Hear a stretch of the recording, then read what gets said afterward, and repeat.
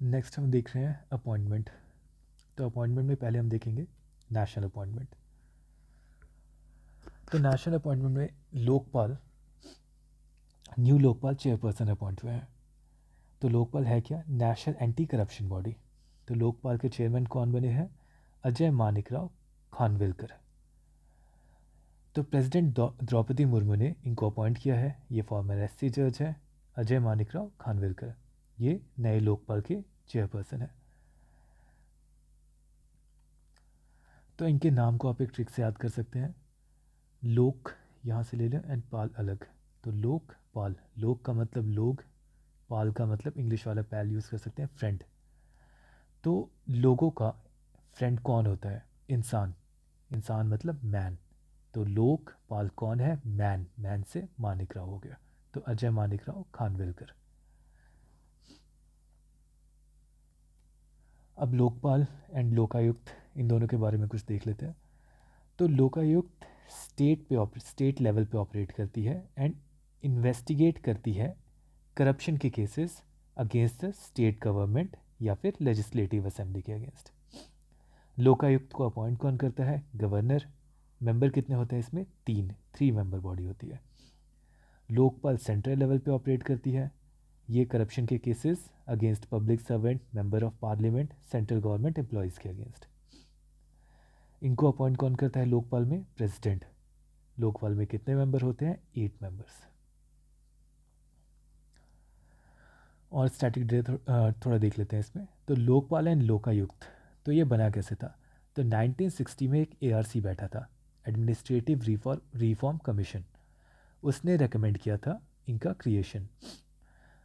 फिर इनको statutory status यानी इनके लिए एक्ट कब पास हुआ? 2013 में, लोकपाल एंड लोकायुक्त एक्ट 2013। अब फर्स्ट लोकपाल ऑफ इंडिया कौन थे?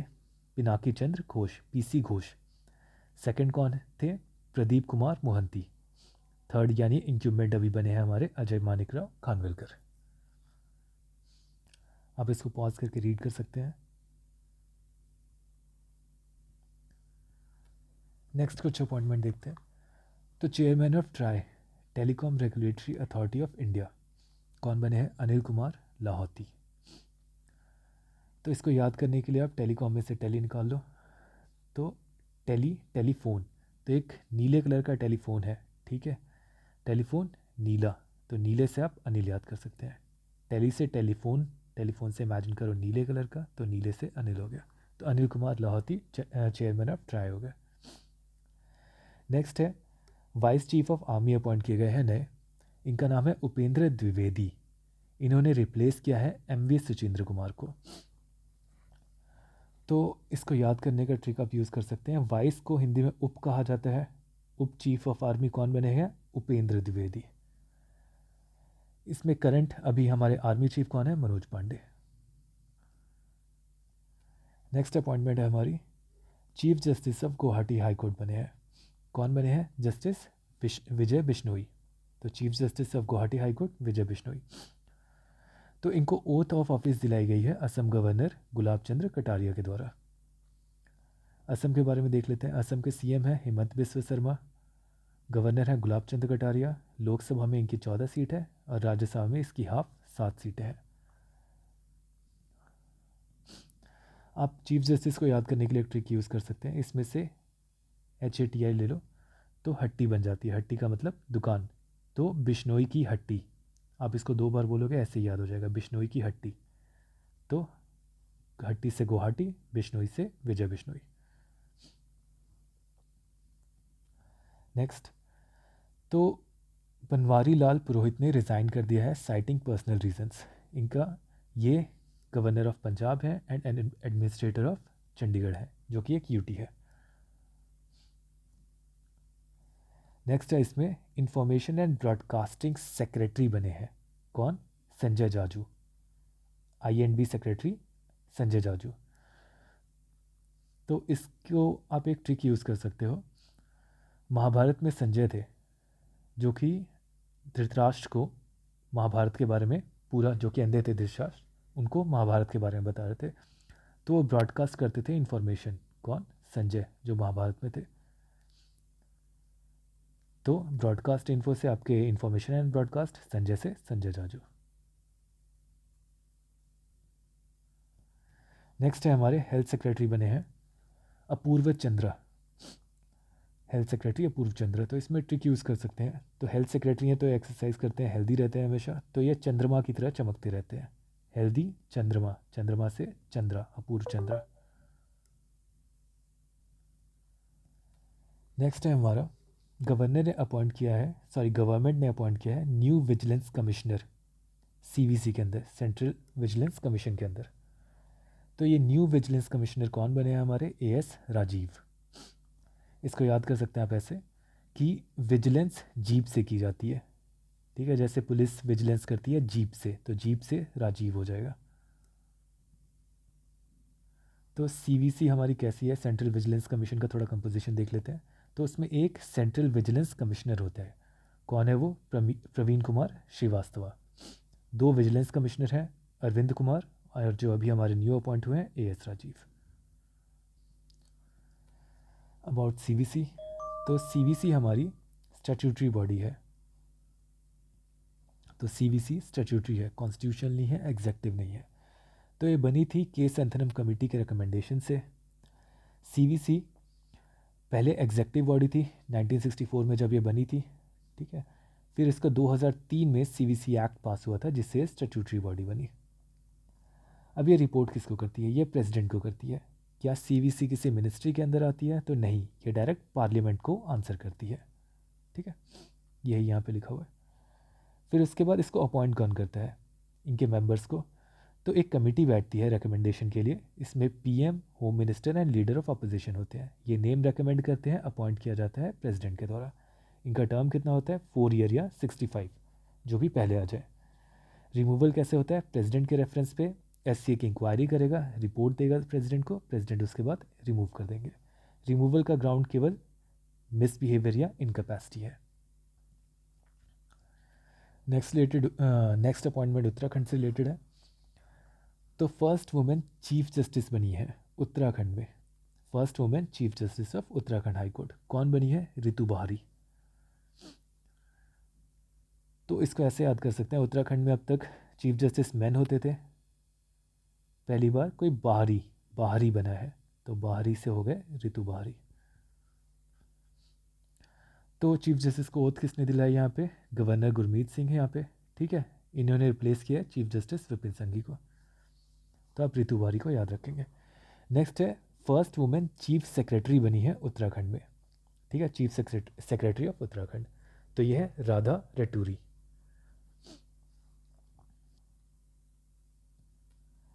नेक्स्ट है chairman of MD and IRCTC कौन बने, आईआरसीटीसी है कि वैसे Indian railway catering and tourism corporation, जो टिकटिंग करते हैं, जो फूड आता है आपको रेलवे में, वो आईआरसीटीसी के थ्रू आता है।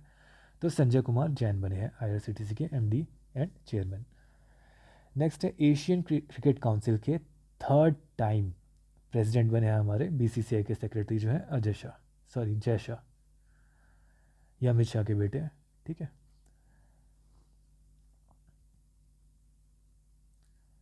नेक्स्ट है बिहार लेजिस्लेटिव असेंबली में स्पीकर नए बने हैं, कौन नए स्पीकर बने हैं, बीजेपी के हैं ये, नंदकिशोर यादव। तो बिहार के बारे में कुछ देख लेते हैं। सीएम है नीतीश कुमार, गवर्नर है राजेंद्र विश्वनाथ अर्लेकर, लोकसभा में बिहार की 40 एंड राज्यसभा में 16 सीटें हैं। लेजिस्लेटिव असेंबली में 243 सीट्स हैं बिहार के पास, काउंसिल में 75 सीट्स हैं, 63 उसमें से इलेक्टेड है, 12 नॉमिनेटेड है। नेक्स्ट अब हम देख रहे हैं इंटरनेशनल अपॉइंटमेंट्स। तो इंटरनेशनल कोर्ट ऑफ जस्टिस को नए प्रेसिडेंट मिले हैं उनके। तो न्यू प्रेसिडेंट कौन है, ये लेबनान से हैं, नवाफ सलाम। तो इसको एक ट्रिक से याद कर सकते हैं, इंटरनेशनल जज हैं तो इनको बहुत सारे सलाम मिलते हैं, ठीक है, इंटरनेशनल जज गेट सलाम, तो आईसीजी नवाब सलाम हो गए। आईसीजी के बारे में देख लेते हैं हम लोग। तो ये one of the 5 principal organs of United Nation है, ठीक है, स्टैब्लिश 1945 में हुआ था, हेडक्वार्टर नीदरलैंड में है, official language English and French है। नेक्स्ट पाकिस्तान में अभी इलेक्शन हुए हैं, तो नए पीएम बने हमारे शहबाज शरीफ, ये हैं, एंड प्रेसिडेंट है हमारे आसिफ अली जरदारी। मलेशिया के 17th किंग बने हैं Sultan Ibrahim of Johor. Malaysia के king Sultan Ibrahim of Johor. Malaysia की कैपिटल क्या है? कुआलालंपुर। नेक्स्ट है, यमन के नए पीएम बने हैं। यमन आपका यमन के नए पीएम, ठीक है। तो फॉरेन मिनिस्टर थे पहले ये, अहमद अवध बिन मुबारक, ठीक है। ये अब नए पीएम बने हैं, अहमद अवध बिन मुबारक। यमन की कैपिटल है सना। नेक्स्ट है न्यू पीएम ऑफ कजाकिस्तान। तो कजाकिस्तान के कौन पीएम बने हैं? ओल्जाज बैक्टनोव। कजाकिस्तान के बारे में देख लेते हैं। तो कजाकिस्तान के प्रेसिडेंट है कासिम जोमार्ट, कैपिटल है अस्ताना।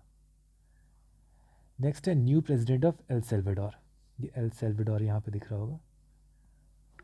तो इसके नए प्रेसिडेंट बने हैं नायब बुकेले।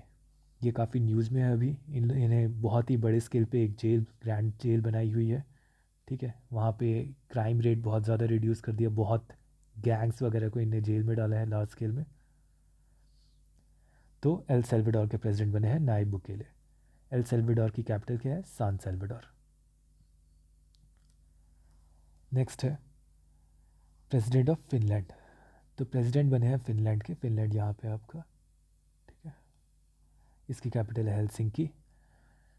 तो फिनलैंड के प्रेसिडेंट बने हैं अलेक्जेंडर स्टब। तो इसको कैसे याद करना है? फिनलैंड को आप स्प्लिट कर दो यहाँ से, तो फाइन लैंड बन जाता है। तो फाइन लैंड में आप रिलैक्स करोगे टब में, ठीक है। रिलैक्स इन टब, तो रिलैक्स से अलेक्स हो गया यानी अलेक्जेंडर, टब से स्टब हो गया। फिनलैंड के करंट पीएम कौन है? पेटेरी ऑर्पो, कैपिटल हेलसिंकी। नेक्स्ट, इंडोनेशिया के नेक्स्ट प्रेसिडेंट बने हैं। अभी करंट प्रेसिडेंट हमारे इंडोनेशिया के चल रहे हैं जोको विडोडो, ठीक है। जो नेक्स्ट प्रेसिडेंट बने हैं वो ये हैं। तो Prabowo Subianto, Prabowo Subianto Indonesia के नेक्स्ट प्रेसिडेंट है। नेक्स्ट है अज़रबैजान। तो अज़रबैजान में प्रेसिडेंशियल इलेक्शन हुए हैं और ये अभी काफ़ी न्यूज़ में थे। तो ये री इलेक्ट हुए हैं फिर से, ठीक है, अज़रबैजान के प्रेसिडेंट। तो विनर कौन है? ये इल्हम अलीयेव, ठीक है। 5th कंसेक्टिव टर्म है इनका, इल्हम अलीयेव का, अलीयेव, इल्हम अलीयेव। अज़रबैजान के बारे में देख लेते हैं। तो पीएम यहाँ पे अली असदोव है, कैपिटल है बाकू। नेक्स्ट है एडीबी। तो एशियन डेवलपमेंट बैंक। तो इसके कंट्री डायरेक्टर बने हैं इंडिया के लिए, कंट्री डायरेक्टर फॉर इंडिया। तो एडीबी ने अपॉइंट किया है मियो ओका को as country director for India. ये एडीबी और इंडिया के बीच में लिंकिंग का काम करेंगे, मियो ओका। तो रिलेटेड न्यूज़ देख लेते हैं, हमने जनवरी में देखा था। एग्जीक्यूटिव डायरेक्टर बने हैं एडीबी के, ये इंडियन है विकासशील। हमने इसको याद किया था, डेवलपमेंट विकास होता है, तो विकासशील। एशियन डेवलपमेंट बैंक के बारे में देख लो। हाँ, तो एडीबी, तो एडीबी करता क्या है? ये loan, grants, technical assistance provide करता है अपने मेंबर्स को, ताकि उनकी सोशियो इकोनॉमिक डेवलपमेंट हो सके, कंडीशन अपलिफ्ट कर सके। ये 1966 में बना था। हेडक्वार्टर इसका फिलीपींस के मनीला में है। प्रेसिडेंट इसकी मासात्सुगु असाकावा है, ठीक है। Masatsugu Asakawa. मेंबर इसके 68 कंट्रीज हैं। नेक्स्ट देखते हैं। तो हंगरी में, हंगरी यहाँ पे है यूरोप में। तो अभी पॉलिटिकल टर्मोइल चल रहा था। तो हंगरी के हमारी प्रेसिडेंट है कैटलिन नोवाक, इन्होंने रिज़ाइन कर दिया है उसके बीच में। तो अब न्यू हंगरी के प्रेसिडेंट कौन बने हैं?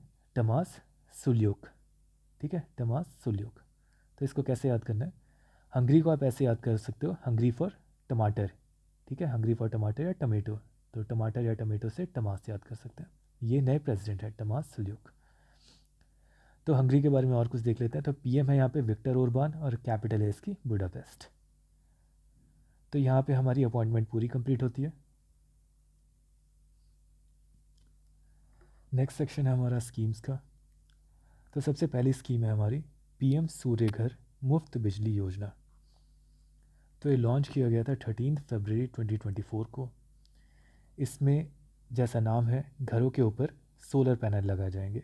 to install solar panel in 1 crore households and to provide 300 units of free electricity. जो इससे 300 यूनिट्स इलेक्ट्रिसिटी प्रोड्यूस होगी वो फ्री दिया जाएगा इनको.